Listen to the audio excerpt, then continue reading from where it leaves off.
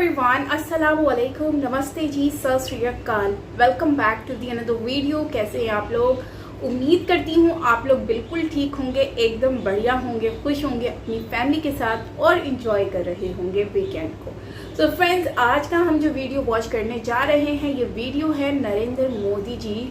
नरेंद्र मोदी जो कि Indian prime minister हैं, बीजेपी जो पार्टी है उनके इस वक्त जो है वो सरबराह हम कह सकते हैं, वो हैं जो कि जिन्होंने अपनी पार्टी का एक नाम रोशन किया हुआ है। अच्छा, बहुत सारे हमें कुछ लोग हैं जो कमेंट सेक्शन में ये भी कहते हैं कि आप नरेंद्र मोदी जी के ऊपर बहुत सारी वीडियोस बनाती हैं। तो भाई, कहने का मतलब सिर्फ इतना है कि वीडियोस मैं बनाती हूँ क्योंकि उनकी पर्सनालिटी के बारे में लोग जानते हैं और कुछ लोग उनके बारे में नेगेटिव प्रोपेगेंडा भी ला रहे हैं। अब मैं इसमें आप लोगों से कुछ शेयर करना चाहती हूँ। ये एक वीडियो है पाकिस्तानी चैनल की जिसमें उन्होंने नरेंद्र मोदी जी का मुकाबला डिफरेंस बताया है मोदी जी का और जो हमारे दूसरे पाकिस्तानी पॉलिटिक्स हैं उनके बारे में। जैसा कि करंट सिचुएशन भी आपको मालूम होगी कि हमारे पाकिस्तान में जो करंट सिचुएशन चल रही है इस वक्त, पॉलिटिक्स का जो सिस्टम चल रहा है, और उसके साथ साथ नरेंद्र मोदी जी जो कि एक आम इंसान है जो चाय बेचा करते थे, चाय वाले का बेटा था, आज वो पूरी इंडिया को चला रहा है। ना सिर्फ चला रहे हैं, उन्होंने चेंज किया है इंडिया को। और तो और अगर हम देखें तो पूरी दुनिया में इंडिया का जो है वो एक बिल्कुल ही अलग परसेप्शन बना रखा है। लोग जो सलाम पहले पूछते नहीं थे, आज वो ही सलाम करते हैं। जिनकी गुलामी करता था भारत, एक टाइम था ऐसा भी, आज वही लोग जो हैं वो भारत को जो है वो उनके घुटनों में बैठे हुए हैं और उनके पैरों को छू रहे हैं। विच मीन्स दैट कि इंडियन कल्चर अब दूसरी कंट्रीज़ में भी जा चुका है, तो उसकी कहीं ना कहीं नरेंद्र मोदी जी भी वजह है। सो चलकर देखते हैं कि ये डिफरेंस जो पाकिस्तानी यूट्यूब चैनल है उन्होंने क्या एक्सप्लेन किया है regarding Narendra Modi ji and Pakistani politics. अच्छा, ओरिजिनल क्रिएटर का जो लिंक है वो मेंशन कर दूँगी नीचे डिस्क्रिप्शन में, तो आपने लाजमी वहाँ पर ओरिजिनल क्रिएटर को भी देखना है, तो आप वहाँ पर ओरिजिनल क्रिएटर को देख सकेंगे, आपको अच्छी लगेगी उनकी वीडियोस। और बाकी चलते हैं और देखते हैं कि क्या कहते हैं उनके बारे में। बहुत ही ज़्यादा स्पेशल बातें होने वाली हैं, तो यकीनन आपको अच्छी लगेंगी और शायद बुरी भी लगें, तो आप उसमें अपना रिव्यूज़ भी दे सकते हैं। So yes, let's start the video, here we गो।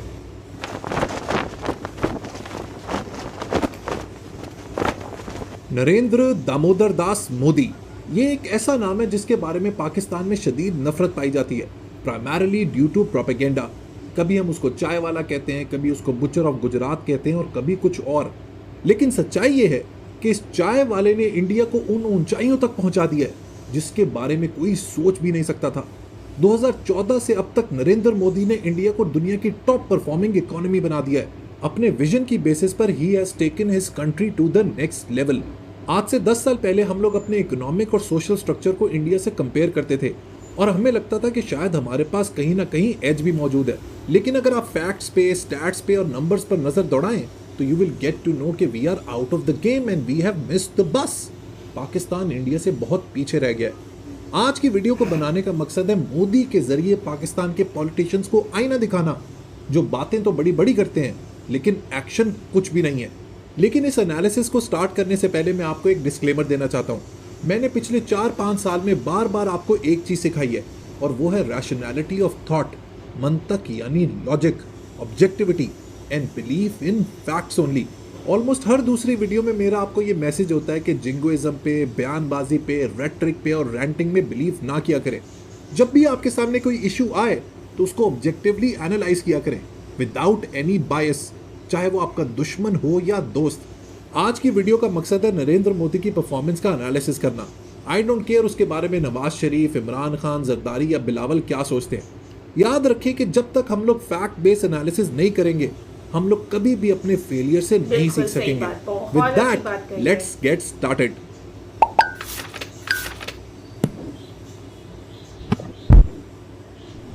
आप ये बात सुन के हैरान हो जाएंगे कि 1990 के एंड तक पाकिस्तान की इकोनॉमी इंडिया से काफ़ी बेहतर थी, लेकिन 1991 में इंडिया के थिंक टैंक ने कंसेंसस के साथ एक बहुत बड़ा डिसीजन लिया। और वो था इंडिया की इकोनॉमी को लिबरलाइज करने का, दुनिया के लिए खोलने का। इस डिसीजन ने इंडिया के लिए गेम चेंज करके रख दिया। उन्होंने मेजर पॉलिसी चेंजेस किए, अपनी मईशत को दुनिया के लिए ओपन किया, फॉरेन इन्वेस्टमेंट को अट्रैक्ट किया और अपनी ह्यूमन रिसोर्स के ऊपर इन्वेस्ट किया, और उसका नतीजा आज आपके सामने है। अब इस थॉट को दोस्तों आपने पकड़ कर रखना है, याद रखना है, क्योंकि वीडियो के लास्ट में मैं आपको बताऊंगा कि क्यों पाकिस्तान की जो आज की सिचुएशन है वो 1991 वाले इंडिया से मिलती जुलती है, and how can we make the best use of it. Coming back to Modi, तो मोदी साहब 2014 में आए थे पावर में with the promise to turn India around. अब जो स्टैट्स मैं आपके सामने रखने वाला हूं ना, उसके बाद आपको खुद अंदाजा हो जाएगा कि इज ही सक्सेसफुल और नॉट। सबसे पहले देख लेते हैं जीडीपी को। दोस्तों कभी भी आपने किसी मुल्क को देखना है ना कि वो कामयाब है या नहीं, तो आपने उसका ग्रॉस डोमेस्टिक प्रोडक्ट यानी कि जीडीपी देखना है। जीडीपी होता है एक मुल्क में पैदा होने वाली तमाम गुड्स और सर्विसेज की डॉलर वैल्यू। तो 2014 में जब मोदी गवर्नमेंट में आए उस वक्त इंडिया का जीडीपी था 1.3 ट्रिलियन डॉलर्स, जो 2022 में बढ़ के हो चुका है 3.1 ट्रिलियन डॉलर्स, यानी कि उसने इकोनॉमी को डबल से भी ज्यादा ग्रो कर दिया है। This is absolutely amazing. अब यहाँ पर कभी कभी मैं पाकिस्तान का भी कंपैरिजन करता रहूंगा ताकि आपको नंबर्स की सेंस मिलती रहे। तो अगर पाकिस्तान का जीडीपी देखें 2014 में, तो वो था 244 यानी कि 244 बिलियन डॉलर्स, और 2022 का रिपोर्टेड नंबर था 376 बिलियन डॉलर्स। सो 2014 से पाकिस्तान की ग्रोथ परसेंटेज रही 54%, जबकि इंडिया की ग्रोथ परसेंटेज रही 138%। अब दोस्तों याद रखें कि जब भी किसी भी मुल्क का जीडीपी बढ़ता है तो लोगों की डिस्पोजेबल इनकम भी बढ़ती है, उनकी सैलरी भी बढ़ती है, जितने पैसे वो महीने में कमाते हैं उसमें इंक्रीज होता है, जिसको कहते हैं जीडीपी पर कैपिटा। 2014 में इंडिया का जीडीपी पर कैपिटा था $965 यानी कि $965, जिसको अगेन 2022 तक मोदी ने डबल से भी ज्यादा कर दिया। करंटली इंडिया का जीडीपी पर कैपिटा है $2256। इसका सीधा सीधा मतलब यह है कि अगर 2014 में एक एवरेज इंडियन 50,000 रुपए कमाता था, तो इस वक्त उसकी तनख्वाह है 1,16,500 रुपए। That's an increase of 133%, which is excellent. दूसरी तरफ पाकिस्तान का जीडीपी पर कैपिटा 2014 में था $1173, जो 2021 और 22 में हो गया $1505। That's an increase of 28%। कहाँ 28% और कहाँ 133%। ये जो 28% भी है ना, क्योंकि इन्फ्लेशन 40% है, तो एक्चुअली में पाकिस्तानीज की जो इनकम है वो डिक्रीज हो चुकी है। फॉरेन एक्सचेंज रिजर्व्स की बात करें तो इंडिया के 2014 में फॉरेक्स रिजर्व्स थे $303 बिलियन, जो इस वक्त हैं $578 billion. If you look at Pakistan, तो हमारे 2014 में फॉरेक्स रिजर्व्स थे $15 बिलियन, जो इस वक्त कम होकर रह गए हैं $8.7 बिलियन। इसमें मैंने स्टेट बैंक और कमर्शियल बैंक्स दोनों के रिजर्व्स को ऐड कर लिया है। कहाँ $578 बिलियन और कहाँ सिर्फ $8.7 बिलियन। इससे पता लगता है कि इंडिया की एक्सपोर्ट्स कितनी तगड़ी हैं, इंडिया के रेमिटेंसेस भी कितने स्ट्रॉन्ग है, और बैलेंस ऑफ ट्रेड कितना ज़बरदस्त है। एक्सपोर्ट्स की बात करें तो 2014 में इंडिया की एक्सपोर्ट्स थी $231 बिलियन, जो इस वक्त $670 अरब तक पहुंच चुकी हैं। That is colossal. Comparatively Pakistan की 2014 में एक्सपोर्ट्स थी $24.7 बिलियन, और 2021-22 में ये बढ़कर होगी $31.5 billion. Hardly an increase of 27% versus 190% of India. Inflation यानी महंगाई की बात करें तो करंटली इंडिया का इन्फ्लेशन रेट है सिर्फ 5.6% यानी कि 5.6%, जबकि दूसरी तरफ हमारे मुल्क में इन्फ्लेशन रेट यानी कि महंगाई की शरह है 40%। इसका मतलब यह है कि अगर कोई शख्स पिछले साल तक 100 रुपए कमा रहा था, तो अब उसकी जेब में सिर्फ 60 रुपए रह गए हैं। ये है चाय वाले का कमाल, और ये है हमारे सुपीरियरिटी कॉम्प्लेक्स के शिकार पॉलिटिशियंस की पॉलिसीज का रिजल्ट। आप सब लोगों को याद होगा कि हमारे एक प्राइम मिनिस्टर ने वादा किया था, प्रॉमिस किया था कि वो 50 लाख घर बनाएंगे। उन 50 लाख घरों का क्या हुआ, किसी को कुछ नहीं पता। लेकिन मोदी ने एक जबरदस्त हाउसिंग स्कीम, जिसको उसने नाम दिया प्रधानमंत्री आवास योजना का, उसके अंडर ऑलरेडी पिछले 7 साल में 2 करोड़ घर बना चुका है। This is mind boggling and overwhelming. फिर हम लोग कहते हैं कि मोदी को इंडियंस इतना क्यों पसंद करते हैं, क्यों उसको वोट देते हैं। रिजल्ट आपके सामने है, ही वॉक्स हिज टॉक। चलें जी आगे बढ़ते हैं।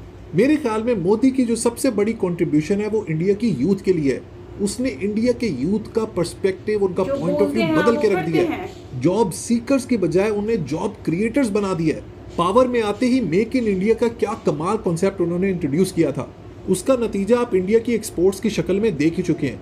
लेकिन उससे ज़्यादा बड़ी बात यह है कि इंडिया की IT exports amount to $156 billion.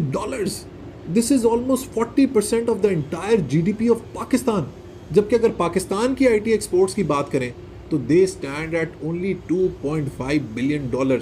आज की दुनिया में जिसमें IT is everything, future belongs to artificial intelligence, augmented reality, chat GPTs of the world, वहां पर हम कहाँ हैं और इंडिया कहाँ है? इंडिया के सुपरस्टार्स अब शाहरुख खान, आमिर खान और सलमान खान नहीं है।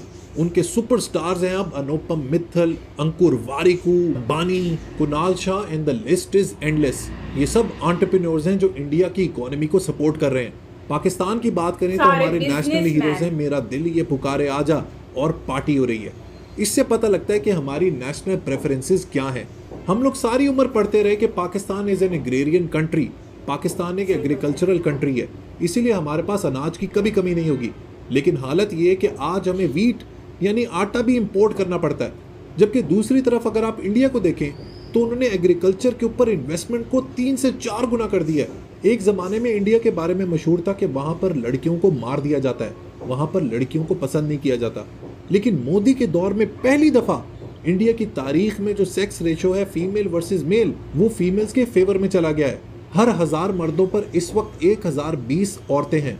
मोदी ने अपने दौर में एक ज़बरदस्त इनिशिएटिव शुरू किया जिसको उसने कहा बेटी बचाओ बेटी पढ़ाओ। इस इनिशिएटिव के अंडर औरतों की पढ़ाई पर स्पेशल एम्फेसिस दिया गया। औरतों की खुराक, उनकी न्यूट्रिशन का खास ख्याल रखा गया, उनके लिए अलग टॉयलेट्स का इंतजाम किया गया, उनकी सैनिटरी हेल्थ को सब्सिडाइज किया गया। नरेंद्र मोदी ने सबसे ज़्यादा फेवर जो किया इंडियंस को वो किया उनकी एजुकेशन में, because it is the key to ultimate success in the modern world. 40 साल के बाद नेशनल एजुकेशन पॉलिसी फाइनलाइज की, 7 नए IITs यानी कि इंडियन इंस्टीट्यूट ऑफ टेक्नोलॉजी और 7 नए IIMs यानी कि Indian Institute of Management establish किए। ये दोनों इंस्टीट्यूशंस दोस्तों ग्लोबली रिकग्नाइज्ड हैं। They are one of the best universities in the world.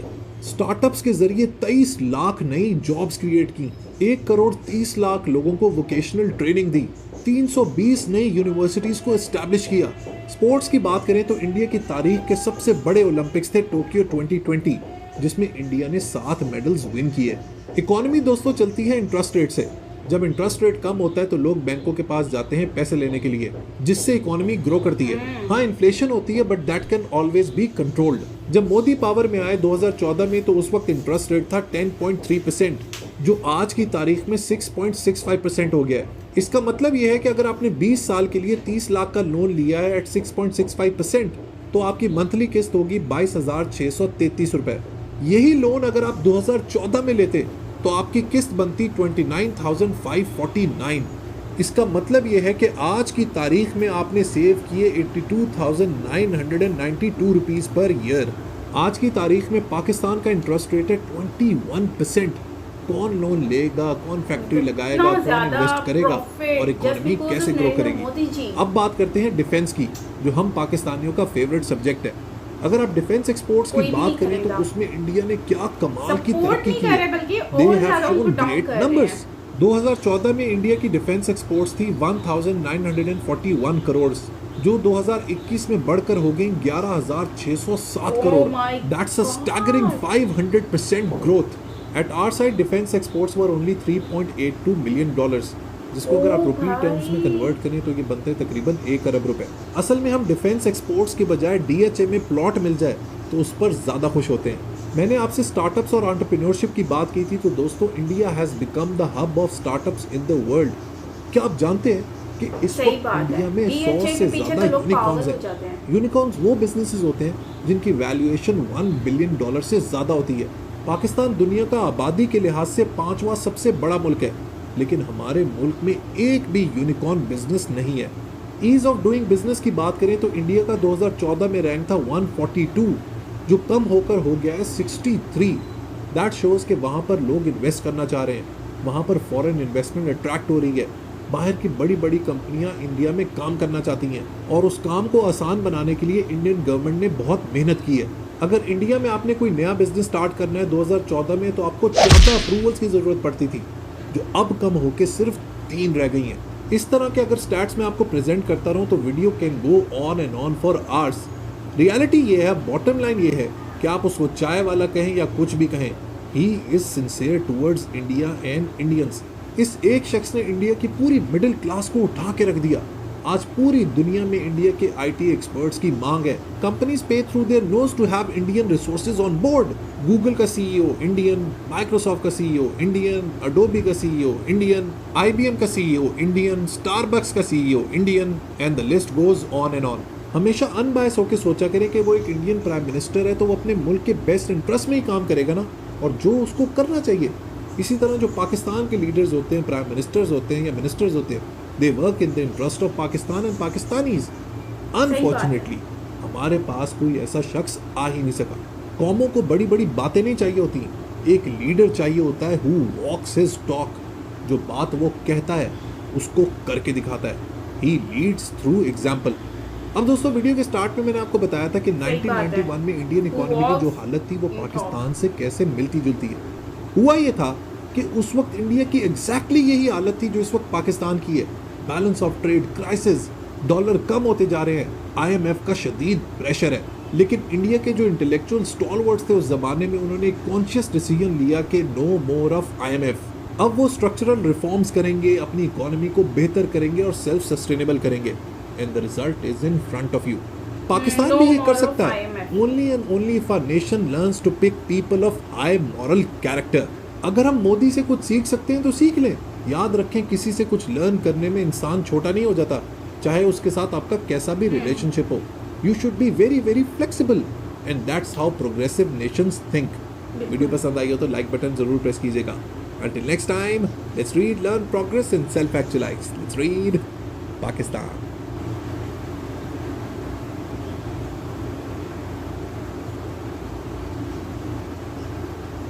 Friends, यहीं पे वीडियो एंड होता है। क्या ज़बरदस्त वीडियो बनाई है, देखो यार, 100% फैक्ट्स के ऊपर बनाई है बात। आप बात यहाँ पर देखो कि वैसे यहाँ पर अभी जो बात हुई है, just comparison between Pakistani politics parties and Indian Narendra Modi ji. अभी हम अगर सिर्फ बात करें नरेंद्र मोदी जी की, तो इन्होंने बताया कि मोदी जी जो हैं उनके आने के बाद कितनी ज़्यादा प्रोग्रेस हुई है। उनकी बेसिकली थिंकिंग क्या है, बेटी लड़कियों की राइट्स के ऊपर उन्होंने बहुत ज़्यादा फोकस किया है, उनकी एजुकेशन के ऊपर जो कि बहुत ज़्यादा फोकस किया है। वहीं पर ही यहाँ पर हमारे जो है वो इस तरह का कोई ज़्यादा ख़ास स्टेप लिया नहीं गया, ना ही उनको सपोर्ट में इतना कुछ गवर्नमेंट की तरफ से हमें देखने को मिला है। वहीं पर ही आप देखें तो घर बना कर दिए हैं हमारे पाकिस्तान में। अगर आप देख लें, मैं हैरान होती हूँ कि इतने ज़्यादा घर यार नरेंद्र मोदी जी ने बनवाए हैं गरीबों के लिए, और उनको घर बना कर दिए हैं जो झोंपड़ियों में रहते थे। इससे पहले अगर हम जो है देखें, कुछ सालों पहले अगर हम चले जाएं तो लोगों की बड़ी बुरी हालत होती थी। जो गरीब से गरीब लोग थे भारत में, तो वो लोग बहुत ज़्यादा बुरी कंडीशन में रहते थे, रोड पर रहते थे। बट नरेंद्र मोदी जी ने उनको एक रिस्पेक्ट दी, उनको घर दिया। वो अफोर्ड नहीं कर सकते थे, उनको घर बना कर दिया। फिर उसने ये नहीं भेदभाव देखा कि वो हिंदू हैं, मुस्लिम हैं, क्रिश्चियन है, कौन है, सिख है, उन्होंने सबको घर बना कर दिए। दूसरी बात कि उनका हमारे यहाँ पर रोटी कपड़ा मकान के नारे तो हम बहुत ज़्यादा सुनते हैं, लेकिन हमें आज तक मिला कुछ भी नहीं है। टू बी ऑनेस्टली, लोगों को एक प्लेट बिरयानी की मिल जाती है और बस उसी में लोग खुश हो जाते हैं और अपना वोट लगा देते हैं। तो कहने का मतलब ये है कि हमें आज तक वो लीडर मिला ही नहीं, ऐसा लीडर जो हमारी कंट्री के लिए कुछ सोच सके, जो हमारी बेहतरी के लिए कुछ कर सके, या हमारे लिए कुछ अच्छा सोचे या करे। हम लोग हमेशा वही चीज़ सोचते रहे कि नहीं यार, ये बंदा जो है ये हमारे लिए इसको हम सपोर्ट करते हैं। मतलब आंखों पे आपने पट्टी बांध दी और बस आपने जो रास्ता है वो डायरेक्शन आप बस चलते जा रहे हो। तो हमें शायद यही वजह है कि आज हम लोग बिल्कुल, हमारी कंट्री की इकोनॉमी डाउन हो गई है, जीडीपी तबाह हो चुकी है। हम अभी भी आईएमएफ के ऊपर बरकरार हैं। इंटरेस्ट रेट जो है वो इतना हाई है कि आप देखें तो कोई भी बिजनेसमैन जो है वो यहाँ पर कारोबार खोलने का सोचता ही नहीं है, और जो सोचता है उसको फिर इंटरेस्ट रेट देखकर ही वो सोचता है कि यार क्या फायदा इधर मिलना। वो कहते हैं ना, खोदा पहाड़ निकला चूहा। तो कहने का मतलब यही है कि यहाँ पर सपोर्ट नहीं किया जाता बिजनेसमैन्स को, और ताकि वो और मज़ीद जो बिज़नेस करें। और जब जाहिर सी बात है आप बिज़नेस करोगे तो आपके पास एम्प्लॉयमेंट्स भी आएंगी। आपके जितने ज़्यादा यहाँ पर बिज़नेस होंगे, जितनी ज़्यादा कंपनीज खुलेंगी, मेड इन पाकिस्तान होगा, उतना ज़्यादा हमारे पास एम्प्लॉयमेंट्स आएंगी, चीज़ें सस्ती होंगी, बहुत कुछ हमें आसानी होगी। लेकिन प्रॉब्लम ये है कि हमारे यहाँ पर लोग ये चीज़ को समझते नहीं है कि अपने वोट को सही और सही जगह पर कैसे देना है। और जो है वो एजुकेशन जो मेन चीज़ है, हमारे लोगों में एजुकेशन की कमी है। अगर वो ये समझ लेंगे हमें आंखें बंद करके पॉलिटिक्स को पसंद नहीं करना, हमने अपने राइट्स के लिए रोड्स पे निकलना है, पॉलिटिक्स के लिए बाहर नहीं निकलना, तब जाकर हमारी कौम जो है वो अपनी कंट्री को सुधार सकेगी। तो बाकी ये है कि भाई खुशी होती है कि हमारा पड़ोसी मुल्क इतना ग्रोथ कर गया, उनको एक अच्छा लीडर मिला है। और जो है वो उनकी नेगेटिव चीज़ें तो लोग बहुत ज़्यादा बताते हैं, लेकिन कभी किसी ने पॉजिटिव चीज़ें नहीं बताई हैं। तो हम तो बहुत ज़्यादा अप्रिशिएट करते हैं और अप्रिशिएट करना बनता भी है भाई। और बस यही कहूँगी कि ये नफ़रत साइड पे रख के अगर हम देखें तो बहुत कुछ हम सीख सकते हैं अपने पड़ोसी मुल्क से और पॉलिटिक्स पार्टी से, स्पेशली नरेंद्र मोदी जी से, कि उन्होंने अपने कैरियर को कैसे स्टार्ट किया, कैसे अपनी ज़िंदगी को आगे लेकर चले, अपनी बीवी बच्चों को साइड पे छोड़ के आज अपनी कंट्री को सर्व कर रहे हैं अपनी ड्यूटीज़। तो ये इससे बड़ी और क्या बात हो सकती है। सो आप क्या इसके ऊपर कहेंगे, आपकी राय जानना चाहूँगी, कमेंट में ज़रूर बताइएगा। बस मिलते हैं नेक्स्ट वीडियो के साथ। Till then take care, lots of love and bye bye.